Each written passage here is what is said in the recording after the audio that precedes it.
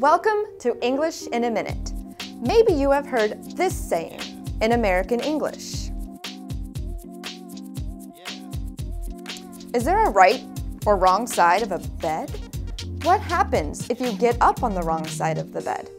Let's listen. Wow, Mike is in such a bad mood today. Stay away from him. You're right. He is so angry. I bet he got up on the wrong side of the bed. If you got up on the wrong side of the bed, it means you started the day in a bad way. The saying comes from ancient Roman times.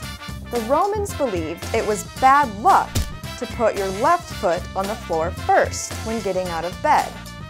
Now you can use got up on the wrong side of the bed in a conversation. And that's English in a Minute.